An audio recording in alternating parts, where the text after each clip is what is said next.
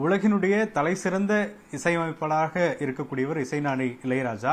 இந்த நிலையில தொடர்ச்சியாக அவர் செய்யக்கூடிய சில விஷயங்கள் கடுமையான சர்ச்சைகளை ஏற்படுத்துகிறது. அந்த வகையில் தற்போது இந்த காப்பிரைட்ஸ் அப்படிங்கிற ஒரு பெரிய சப்ஜெக்ட் அப்படிங்கிறது திரையுலகத்துல பேசு பொருளாக மாறி இருக்கிறது. தொடர்பாக வழக்கறிஞர் அதே போல இசைஞானி இளையராஜா அவர்களுடைய வழக்கறிஞராகவும் இருக்கக்கூடிய சரவணன் அவர்கள் நம்மோடு இணைந்திருக்கிறார். சார் வணக்கம். சார் வணக்கம். ஒரு பெரிய இசை மேதை இசைஞானி இளையராஜா, அது பெரிய ஒரு பல விஷயங்கள் செய்யும் பொழுது இந்த மாதிரியான காப்பிரைட்ஸ் அப்படிங்கிறது தொடர்ந்து சில ஆண்டுகளா ஒரு சர்ச்சையை ஏற்படுத்தியிருக்கிறது. ஆக்சுவலா காப்பிரைட்ஸினுடைய விதிகள் என்ன, அது யாருக்கு, ப்ரொடியூசருக்கானதா இல்லாட்டி அவருடைய இசையமைப்பாளருக்கானதா? இந்த இசைஞானி இளையராஜா அவர்கள் அவருடைய அந்த சூப்பர் ஹிட் பாடல்கள் வந்த பாடலாம் பார்த்தீங்கன்னா 1980கள் 70ல் பிற்படுகுதி, அப்புறம் 90கள். அப்போ இந்த ஓடிடி பிளாட்ஃபார்ம்ஸ், யூடியூப், இது போன்ற விஷயங்கள், ஸ்பாட்டிஃபை, இது போன்ற விஷயங்கள் கிடையாது. So tape recorder, cassette player, maximum போச்சுன்னா விசிஆர்ல பாடல்கள். அதுக்கு அடுத்த பரிமாணமாக என்ன வந்துச்சுன்னா சிடி வந்துச்சு. ஸோ இது மட்டும் தான் இருந்துச்சு. ஸோ அப்போ ப்ரொடியூசரோ திரு இளையராஜா அவர்களோ இசைஞானி அவர்களோ அந்த உரிமைகளை கொடுத்துருந்தாங்கன்னா இந்த உரிமைகளை தான் கொடுக்க முடியும். அப்போ இந்த விஷயங்கள் எல்லாம் வரல. வராத உரிமைகளை எப்படி கொடுக்க முடியும்? அந்த உரிமைகளை வாங்கியவர்கள் அவங்க இப்போ எப்படி இசைஞானி அவர்களுடைய இசையை ஓடிடி பிளாட்ஃபார்ம்ஸ்ல, யூடியூப்ல எங்களுக்கு காப்புரிமை இருக்குன்னு எப்படி எக்ஸ்ப்ளாய்ட் பண்ண முடியும் அப்படின்றது தான் முக்கியமான கேள்வி. இல்லாத ஒன்றை எப்படி திரு இசைஞானி அவர்கள் கொடுத்திருக்க முடியும்? இல்லாத ஒரு விஷயத்துல இருந்து உரிமையை அவர்கள் எப்படி பெற்றிருக்க முடியும் அப்படின்றது முக்கியமான கேள்வி. ஸோ இதுதான் இப்பொழுது இருக்கக்கூடிய அந்த சர்ச்சைகளுக்கெல்லாம் ஒரு தொடக்கப்புள்ளி அப்படின்னு சொல்லி சொல்லலாம். அடுத்து பாத்தீங்கன்னா எது முக்கியமான விஷயமா வருதுன்னா நம்முடைய காப்புரிமை சட்டம், இந்தியன் காப்பிரைட்ஸ் ஆக்ட். இதுக்கு முன்னாடியும் ஒரு காப்புரிமை சட்டம் இருந்துச்சு. அதை மெருகேற்றி பல புதிய ஷரத்துக்களை கொண்டு என்ன பண்றாங்கன்னா இந்தியன் காப்பிரைட்ஸ் ஆக்ட் 2012ல ஒரு சட்டம் வருது. அதுல என்ன பண்றாங்க அப்படின்னா சினிமாட்டோகிராஃப் ஃபில்ம்னு சொல்லி தனியா டிஸ்டிங்ஷ் பண்றாங்க. அதே போல மியூசிக்கல் ஒர்க் அப்படின்னு கிளியரா எக்ஸ்பிளைன் பண்றாங்க. என்ன அப்படின்னா இப்போ சினிமாட்டோகிராஃப் ஃபில்ம் அப்படின்னா அந்த ஒட்டுமொத்த படம், படத்துல இருக்கக்கூடிய பாடல்கள் எல்லாமே சேர்த்து அந்த உரிமை ப்ரொடியூசர் கிட்ட இருக்கு. ஸோ ப்ரொடியூசர் ஒரு உரிமையை கொடுக்கிறாரு அப்படின்னா அந்த சினிமாட்டோகிராஃப் ஃபில்மோட உரிமையை தான் கொடுக்க முடியும். தனியா பாடல்களுடைய உரிமையை அவரால் கொடுக்க முடியாது. அந்த உரிமை நம்முடைய காப்பிரைட் ஆக்ட்ல, காப்புரிமை சட்டத்துல யார்கிட்ட இருக்கு அப்படின்னா இசைஞானி கிட்ட இருக்கு. So musical work who is the owner of the copyright? the composer is the owner of the copyright. So இப்போ அதுதான் சர்ச்சையே. இப்போ இவங்க என்ன பண்றாங்க, நாங்க ப்ரொடியூசர் கிட்ட வாங்கிட்டோம் அப்படின்னு சொல்லி என்ன பண்றாங்க, தனியா பாடல்களை போடுறாங்க. பாடல்களை போடுறதோடு மட்டுமில்லாமல் அந்த பாடல்களை வேற வேற மாற்றி உருமாற்றி வேற புதுசா பாட வச்சு வேற இதுல பாட வச்சு பண்றாங்க. அதையெல்லாம் செய்யக்கூடாது அப்படின்னு சொல்லி இந்த காப்புரிமை சட்டம் சொல்லுது. அத மாற்றியோ உருமாற்றி இல்ல ரீமிக்ஸ், டிஸ்டார்ஷன் என்று சொல்வார்கள். சரியான பதம் டிஸ்டார்ஷன். அந்த டிஸ்டார்ஷன் பண்ணக்கூடாது அப்படின்னு சொல்லி சொல்லுது. டிஸ்டார்ஷன் பண்ணா அதற்கு எதிராக இந்த மியூசிக்கல் கம்போசர் டிஸ்டார்ஷன். இப்போ நம்ம ஒரு பாட்டை மறுபடியும் எடுக்கிறதுக்கு அதே பாட்டுன்னு தெரியும், ஆனா இப்படி எடுத்தா அது தெரியாது. ஒரு அதே எல்லா அந்த இதோட போட்டுட்டு ராகம் தாளம் எல்லாத்தையும் அதே இதுல போட்டுட்டு வரிகளை மாத்தி போட்டு, இல்ல அதே வரிகளை எல்லாத்தையும் போட்டுட்டு வேற இசை கருவிகளை பயன்படுத்தி எல்லாத்தையும் பண்ணிட்டு இது புதுசு அப்படின்னா அது பண்ணக்கூடாது அப்படின்னு சொல்லி நம்முடைய காப்புரிமை சட்டம் சொல்லுது. சரி, அதே போல ப்ரொடியூசர் அப்படின்னும் போது அதுக்கு ஒரு டெஃபினிஷன் கொடுக்குறாங்க. பல பாடல்களுக்கு இசைஞானி அவர்களே ப்ரொடியூசரா இருந்திருக்காங்க. சோ இப்படி பல விஷயங்கள் இருக்கு. அதே போல என்ன சொல்றாங்க, பாடல் ஆசிரியர்களுக்கு உரிமை அப்படின்னு சொல்லி சொல்றாங்க. அது ஒரு இதுவா வருது. பல பாடல்களுக்கு இசைஞானி அவர்களே இது எழுதியிருக்காங்க, பாட்டு எழுதியிருக்காங்க. சோ பாடல் ஆசிரியர்கள் கிட்ட உரிமை வாங்கிறாங்க. சோ இது எல்லாமே சேர்த்து ஒரு வெளியிலிருந்து பார்ப்பவர்களுக்கு இது ஒரு சர்ச்சையாக தெரிகிறது. இது உண்மையில என்னன்னா திரு இசைஞானி இளையராஜா அவர்கள் அவருடைய உரிமையை நிலைநாட்ட முயற்சி செய்து கொண்டிருக்கிறார். எக்ஸ்ப்ளாய்ட் பண்றாங்க. சோனி கார்பரேஷன் வாங்கி வச்சிருக்கு, பைனான்சியர் கிட்ட இருந்து வாங்கிட்டேன், ப்ரொடியூசர் கிட்ட இருந்து வாங்கிட்டேன், எக்கோ ரெக்கார்டிங் கிட்ட இருந்து வாங்கிட்டேன்னு சொல்லி ஸ்பாட்டிஃபைல யூடியூப்ல போட்டு பல கோடிக்கணக்கான லாபத்தை பார்த்து கொண்டு இருக்கிறார்கள். இவரோட பாட்டை அப்படியே மாத்தி போடுறாங்க. அந்த உரிமை யாருக்குமே கிடையாது. ஸோ இதையெல்லாம் தான் எதிர்த்து வந்து இசைஞானி அவர்கள் வந்து இந்த வழக்கை தொடுத்திருக்கிறாங்க. இதை செய்யக்கூடாது, இப்படி பண்ணக்கூடாது அப்படின்னு சொல்லி தான் இந்த வழக்கு வந்து தொடுக்கப்பட்டிருக்கிறது. பொதுவா ஒரு வாதம் கிளம்பும்பொழுது எப்படி இருக்குன்னா, ஒரு ப்ரொடியூசர் தான் வந்து அந்த அமௌண்ட்டை கொடுத்து அந்த பாடலை வாங்கிக்கிறாரு. அதே மாதிரி வந்து ஒரு டைரக்டர் கிட்ட வந்து அந்த இன்வெஸ்ட் பண்றாங்க. ஸோ அவங்களுக்கு தானே அந்த உரிமை வரும்னு ஒரு பொதுவான விவாதம் இருக்கு. இல்ல, அதுதான் சொல்றேன், அது தவறானதுன்ற. அந்த உரிமை வந்து ஒட்டுமொத்த சினிமாட்டோகிராஃப் ஃபில்முக்கு இந்த 2012 நம்முடைய காப்புரிமை சட்டம் வந்த பிறகு அந்த பாடல்களுக்கான உரிமை கிடையாது. சவுண்ட் ரெக்கார்டிங், பிஜிஎம், அந்த உரிமை இருக்கு, இவங்களுக்கு இருக்கு, ப்ரொடியூசருக்கு இருக்கு. ஆனா இந்த பாடல்கள், ஏன்னா அது தனி இனமாக செப்பரேட் என்டைட்டி மியூசிக்கல் ஒர்க் அப்படின்னு சொல்லி போட்டு இந்த சட்டம் வந்து அந்த உரிமையை கொடுத்திருக்கிறது. இருக்கலாம், இருக்கு, கரெக்ட், அப்சல்யூட்லி. சோ அந்த அடிப்படையில தான் இது எல்லாமே வந்து கொண்டு என்னன்னா, இப்போ இது வந்து முக்கியமான என்னன்னா, இந்த காப்புரிமை சட்டம் ஏன் இந்த விஷயங்களை எல்லாம் தனிமைப்படுத்தி தனித்தனியாக இதை இப்படி எடுத்துக்கணும், மியூசிக்கல் ஒர்க்னா இவருக்கு அதிகாரம் இருக்கிறது, இவருக்கு அந்த உரிமை இருக்கிறதுன்னு சொல்றாங்கன்னா, கிரியேட்டிவிட்டி, கிரியேஷன் வந்து ப்ரொடெக்ட் பண்ணணும். ஏன்னா அந்த கிரியேட்டிவிட்டியை வந்து எல்லாருக்கிட்டையும் இருக்காது, இருக்கவங்க அதை யூட்டிலைஸ் பண்ணும்போது மற்றவர்கள் அதனால பலன் அடைஞ்சிட்டு இவரை வந்து அம்போன்னு விட்டுறக்கூடாது, இவரை விட்டுறக்கூடாது அப்படின்ற அந்த காரணத்தினாலதான் அந்த கர்த்தாவை நீங்க வந்து சோதிக்காதீங்க, அவரை வந்து நீங்க போட்டு பார்க்காதீங்க அப்படின்றதுதான் இந்த காப்புரிமை சட்டத்துடைய அடிநாதம்.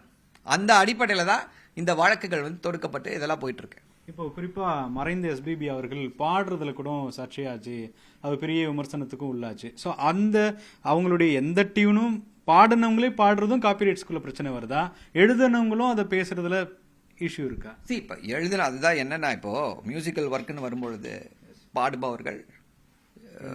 பாடுபவர்களுக்கு அந்த இசையை ஏற்றியவர்கள் பாடலாசிரியர்கள், இவர்களுக்கு உரிமை இருக்கு. அதுதான் வந்து இப்போ இருக்க இது.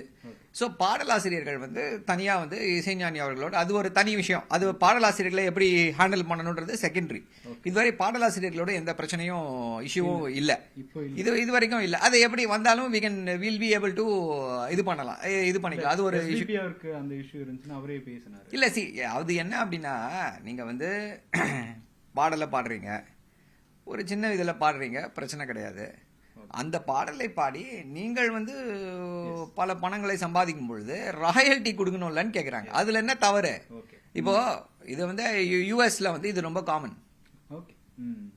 மைக்கேல் ஜாக்சன் வந்து ஒரு 40 பாட்டு பாடியிருப்பாரு. அவருடைய இது என்ன, இசைஞானி அவர்கள் வந்து எத்தனை ஆயிரம் பாடல்களை பாடியிருக்கிறாங்க. ஸோ இதுதான் கம்பாரிசன். ஸோ அவர்கள் ஏன் அந்த இதாகுதுன்னா, அவங்களுடைய காப்பிரைட்ஸ் வந்து ப்ரொடெக்ட் பண்ணப்படுது, அவங்களுக்கு வந்து அந்த ராயல்டிஸ் வந்து கரெக்டா போகுது. இங்க அந்த சூழ்நிலை இல்லை. இப்போ சின்ன எடுத்துக்காட்டு, நீங்க வந்து இப்போ எஃபில வந்து யாராவது ஒரு போட்டிருக்கக்கூடிய ஒரு பிகஸ்ட் ஒரு மியூசிக்கல் டைரக்டர் ஒரு பெரிய ஏதாவது ஒரு பாட்டை எடுத்து உங்களோட இதுல போட்டுருங்களேன், போட முடியாது.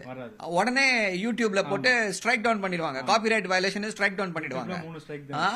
எக்ஸாக்ட்லி, ஸ்ட்ரைக் டவுன் பண்ணிடுவாங்க. நீங்க போட்டுட்டே இருந்தீங்கன்னா உங்க யூடியூப் சேனலை முடக்குவாங்க. இது வந்து அவர்களுக்கு கிடைக்குது இந்த உரிமை, இந்த பாதுகாப்பு. அப்போ ஆமா நிறுவனங்கள் அதான் அந்த அங்க இது பண்ணிருக்கவங்க. இப்போ ஒரு மைக்கேல் ஜாக்சன் பாட்டை எடுத்து உங்களுடைய இதுல நீங்க போடுங்களேன், போடவே முடியாது. உங்களுடைய இன்ஸ்டாகிராம்லயோ உங்களுடைய ஃபேஸ்புக்லயோ போடுங்களேன், எடுத்து கட் பண்ணி யூடியூப்ல இருந்து எடுத்து கட் பண்ணி போடுங்களேன், முடியாது. அவர்களுக்கெல்லாம் அந்த பாதுகாப்பு இருக்கு, இங்க நமக்கு அந்த பாதுகாப்பு இல்ல, கர்த்தாவிற்கு அந்த பாதுகாப்பு இல்லை. அந்த அடிப்படையில தான் இந்த வழக்குகள், இந்த உரிமையை நிலைநாட்ட வேண்டும். இன்னொன்னு என்னன்னா, இது வந்து வருங்கால சந்ததியினருக்கு ஒரு ட்ரெண்ட் செட்டரா இருக்கும். இந்த உரிமைகள் இதுதான் இவர்களுடைய உரிமைகள் அப்படின்னு சொல்லிட்டோம்னா, டிஃபைன் பண்ணிட்டோம், அந்த கிரே ஏரியா இருக்கு, இவர்களுக்கு இந்த உரிமை இருக்கு, அவர்களுக்கு அந்த உரிமை இருக்குன்னு டிஃபைன் பண்ணிட்டா எதிர்காலத்துல எந்த பிரச்சனையும் வராது. பொதுவா இந்த வழக்குகள் நோட்டீஸ் நம்ம கொடுக்கறோம், அதை தாண்டி கோர்ட்டுக்கு போய் இதுல என்ன மாதிரியான ஆர்குமெண்ட் இருக்கும், அதுல அவங்களுக்கான அந்த ராயல்டி அவங்களுக்கு கிடைக்குமா? அதாவது எப்படின்னா, சில விஷயங்கள் வந்து என்னன்னா, என்னுடைய ஒர்க்ஸை வந்து அன்ஆத்தரைஸ்டா யூஸ் பண்றாங்க, அது ஒரு விஷயம். அப்போ வந்து அன்ஆத்தரைஸ்டா யூஸ் பண்ணக்கூடாது, என்ன கிட்ட பெர்மிஷன் வாங்கிட்டு யூஸ் பண்ணலாம். எனக்கு ராயல்ட்டியை கொடுத்துட்டு நீங்களும் அதில் பணம் சம்பாதிக்கலாம், தவறு இல்லை. நீங்கள் மட்டுமே பணம் சம்பாதிக்கணும்னு நினைக்கிறது சரியா என்பதுதான் கேள்வி. அதே போல் இன்னொருத்தங்க வந்து நம்ம பாட்டை வந்து எடுத்து போட்டு அவங்களுடைய இஷ்டத்துக்கு மாற்றி டிஸ்டார்ட் பண்ணி போட்டுட்டு அதை இது பண்ணிக்கிறாங்க. அதில் வந்து கிரெடிட் கூட கொடுக்க மாட்டாங்க. ஸோ அதுதான் பிரச்சனையாகுது. கிரெடிட் கூட கொடுக்காம அந்த பாட்டை வச்சு படத்தை நீங்கள் சூப்பர் ஹிட் பண்ணுறீங்கன்னா அதை எப்படி ஏற்றுக்கொள்ள முடியும் அப்படின்றது தான் அவருடைய வருத்தம். ஸோ இதில் எதுவும் கிளைம் பண்ண முடியுமா? கண்டிப்பாக கிளைம் பண்ண முடியும். இப்போ அடுத்து வந்து இல்லை இதை நாங்கள் தாண்டி போவோம் அப்படின்னா டேமேஜஸ். ஓகே. இப்போ ப்ரொடியூசர் வந்து இப்போ இந்த ஆக்டில் ப்ரொடியூசர் மட்டும் சைன் பண்ணா ஓகேன்ற மாதிரி இருக்கா? அப்படி இல்லை அப்படின்னும் போது அவங்க மேலே நம்ம இது வழக்கு தொடுக்க முடியுமா? இல்லை வழக்குன்னா அதாவது என்னன்னா இப்போ எப்படின்னா இப்போ ப்ரொடியூசர் இருக்காரு. ப்ரொடியூசர் இதுக்கு முன்னாடி வரைக்கும் எப்படின்னா அந்த படத்துடைய உரிமையை வாங்கிட்டாருன்னா அவருக்கு தான் எல்லா ரைட்டும் அப்படின்னாங்க. அதுதான் சொல்றேன். அந்த 2012 காப்பிரைட் ஆக்டுக்கு அப்புறமா கிளியரா இருக்கு. சினிமாட்டோகிராஃப் ஆக்ட், சினிமாட்டோகிராஃப் ஃபில்ம் தனி, மியூசிக்கல் ஒர்க் தனி. ஸோ ரெண்டுத்தையும் இனம் பிரித்து விட்டார்கள். அதனால ப்ரொடியூசர் வந்து நான் வந்து படத்தோட காப்பிரைட்டை வாங்கிட்டேன், எனக்கு தான் பாடல்களுடைய காப்பிரைட்டா கிடையாது அப்படின்னு சொல்லி சட்டம் சொல்கிறது.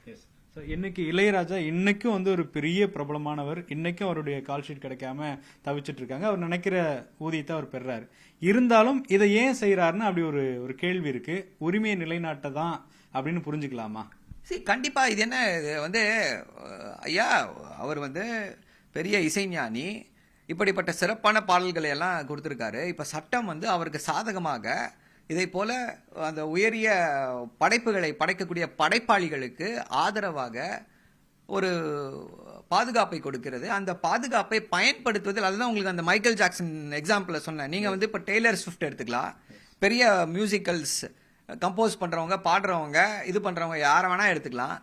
அவர்களுடைய நிலை என்ன லெவல்ல இருக்கு, அவங்களுடைய ராயல்டிஸ், அவங்களுடைய காப்பிரைட்டு எப்படி ப்ரொடெக்ட் செய்யப்படுகிறது, அதோட நீங்க வந்து திரு இசைஞானி அவர்களுடைய காப்பிரைட் எப்படி ப்ரொடெக்ட் பண்ணப்படுது, இதுக்கு நம்ம வந்து அலைஞ்சிட்டு இருக்கோமே நீதிமன்றங்களுக்கு. ஸோ அதுதான் முக்கியம். நீங்க அதை விட்டுட்டு இவர் வந்து இசைஞானியுடைய பாடல்கள் வந்து எல்லாருக்கும் பொதுவானது. ஆனா நீங்க அதை வந்து கமர்ஷியலா நீங்க எக்ஸ்ப்ளாய்ட் பண்ண முடியுமா? நீங்க கேளுங்க, தப்பு இல்லை சார், நீங்க பாடுங்க. உங்க நண்பர்கள் ஒரு 100 பேர் இருக்காங்க அப்படின்னா நான் கமர்ஷியல் யூஸுக்கு நீங்க பாடுங்க, நீங்க இது பண்ணுங்க, யாருமே அதை தடுக்க முடியாது. அதுதானே அதுதான் சொல்றேன். அதுக்கு வந்து யாருக்குமே வந்து ஒரு ஆட்சேபனை இருக்க முடியாது. நீ பெரிய லெவல்ல பண்ணும்பொழுது அப்போ வந்து அது கேட்பதே தவறுன்னு நினைக்கிறது வந்து தவறு. என்னுடைய உரிமையை நான் நிலைநாட்டுவேன் அப்படின்னு சொன்னா அதுதான் சொல்றேன். என்னுடைய உரிமையை நான் நிலைநாட்டுவேன் அப்படின்னா அதை வந்து நீங்க அதை வந்து வேற விதமா பேசுவதை வந்து ஏற்றுக்கொள்ள முடியாது. இப்போ இளையராஜா அவர்கள் வந்து பணத்துக்காக பண்றாருன்னு ஒரு டாக் இருக்கா, தப்புன்றீங்க. இப்போ மற்ற உரிமை, நீங்க பணத்துல ஈக்குவேஷன்ல இருந்து எடுங்க. உரிமை, அவருடைய உரிமையை அவர் நிலைநாட்டுகிறார். இவ்வளவு பெரிய மியூசிக் கம்போசர், அவர் வந்து அவருடைய உரிமையை நிலைநாட்டலனா நாளைக்கு வந்து ஒரு சாதாரண படைப்பாளிக்கு என்ன உத்தரவாதம் கிடைக்கும்? இசைஞானியே இதை செய்யவில்லை என்றால் யார் செய்வா? இத படைப்பாளிகளுடைய உரிமையை நிலைநாட்ட வேண்டும். இது வந்து காலத்திற்கும் இது நிலைத்து நிற்கும். இப்ப உரிமையை நிலைநாட்டிட்டோம், இதுதான் அப்படின்னு டிஃபைன் பண்ணிட்டோம்னா படைப்பாளிகளுடைய உரிமையை யாரும் சுரண்ட முடியாது, உறிஞ்ச முடியாது. அதுதான் முக்கியமான காரணம். இப்ப தமிழ்நாட்டுல பிரபலமான இசையமைப்பாளர் ஏ ரகுமான்லாம் இருக்கிறாங்க. அவங்களாம் இதெல்லாம் ஃபாலோ பண்ணிட்டு தான் இருக்கிறாங்க. பட் ஆனா அதுக்கான சர்ச்சைகள் வெளியே வரல. இளையராஜாக்கு மட்டும் சர்ச்சையா வர்றத எப்படி புரிஞ்சுக்கலாம்? அது ஏதாச்சும் விஷயங்கள் அதை பத்தி எனக்கு எந்த கருத்தும் இல்ல. நாம வந்து இது வந்து இசைஞானி அவர்களுக்கு வந்து ஒரு இன்ஜஸ்டிஸ், அநீதி இழைக்கப்பட்டிருக்கிறது. அந்த அநீதியை சரி செய்ய வேண்டும். அதுதான் முக்கியமான நோக்கம். மிக்க நன்றி. தொடர்ச்சியாக இசைஞானி இளையராஜா அவர்களுடைய இந்த உரிமை போராட்டம் அப்படிங்கிறது பல விவாதங்களை ஏற்படுத்தினாலும் கூட அது வரக்கூடிய இசை அமைப்பாளர்களுக்கு ஒரு பெரிய ஒரு உந்து சக்தியை, அவங்களுக்கான உரிமையை அது நிலைநாட்டும் அப்படிங்கறதுதான் வழக்கறிஞர் சரவணன் அவர்களுடைய கருத்தாக பார்க்க முடிகிறது. ஒளிப்பதிவாளர் நிர்மலுடன் வேல்முருகன், நியூஸ் 18 தமிழ்நாடு.